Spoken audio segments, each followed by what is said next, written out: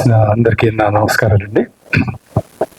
ముందుగా ఈ సుయోధన అనే సినిమాలో నాకు ఒక మంచి పాత్రని నటించే అవకాశం ఇచ్చినటువంటి దర్శకులు మాధవరెడ్డి గారికి, నిర్మాత బోసు గారికి ముందుగా ధన్యవాదాలు తెలియజేస్తున్నాను.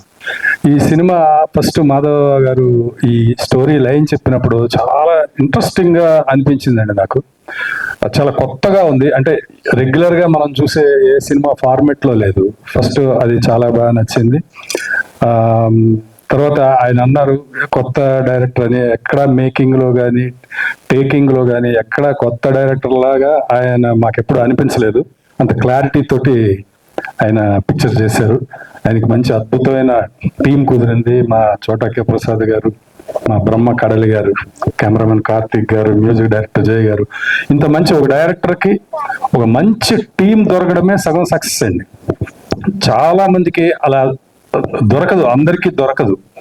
ఇది మన సినిమా అని పనిచేసే టీం అండి. వీళ్ళంతా చాలా అద్భుతంగా టీం వర్క్ చేస్తారు వీళ్ళంతా.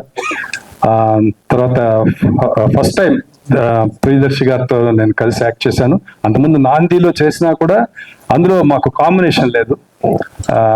ఇందులో కాంబినేషన్ సీన్స్ అన్నీ ఉంటాయి. ఇందులో మొట్టమొదటిసారిగా ఆయనతో నటించాను. చాలా చాలా న్యాచురల్ గా చేసే యాక్టర్ అండి ఆయన. చాలా చాలా చాలా మంచి యాక్టర్. హీరోగా ఆయనకి ఇంకా ఇంకా ముందు చాలా అద్భుతమైన భవిష్యత్తు ఉంది. అలాగే హీరోయిన్ ఆవిడ కూడా, రిషిక గారు కూడా చాలా స్క్రీన్ ప్రెజెన్స్ అంతా చాలా బాగుంది. మిగతా సినిమా మేము చూడలేదు కానీ.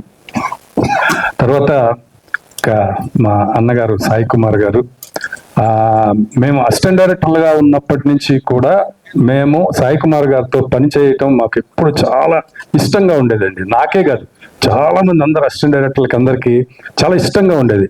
దానికి కారణం ఏంటంటే ఆయన ఎంత గొప్ప నటుడు, ఎంత గొప్ప అనేది అది ఎవరు చెప్పాల్సిన అవసరం లేదు, అది ప్రపంచానికి తెలిసిన విషయమే. కానీ మొట్టమొదట ఆయన బిహేవియర్ అండి.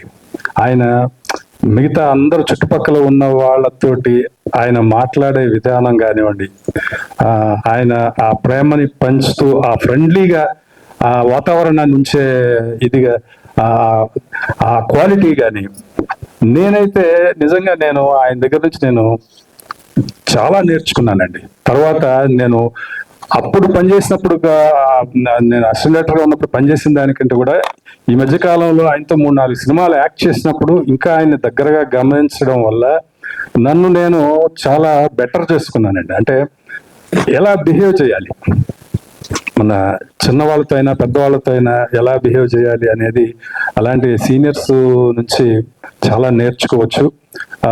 ఇంకా ఆయనతో కలిసి నటించడం అనేది చాలా చాలా సంతోషకరమైన విషయం నాకు. ఈ సినిమా గురించి మేము కూడా చాలా ఈగర్గా వెయిట్ చేస్తున్నాం అండి, సినిమా చూడాలని. ఎందుకంటే ఒక ఇంట్రెస్టింగ్ కంటెంట్ ఉంది సినిమాలో, కొత్తగా ఉంటుంది సినిమా. రేపు 27వ తారీఖు సినిమా రిలీజ్ అవుతుంది.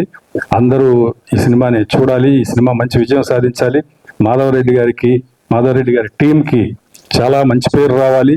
బోస్ గారికి బాగా బాగా డబ్బులు రావాలి అని కోరుకుంటూ ధన్యవాదాలు.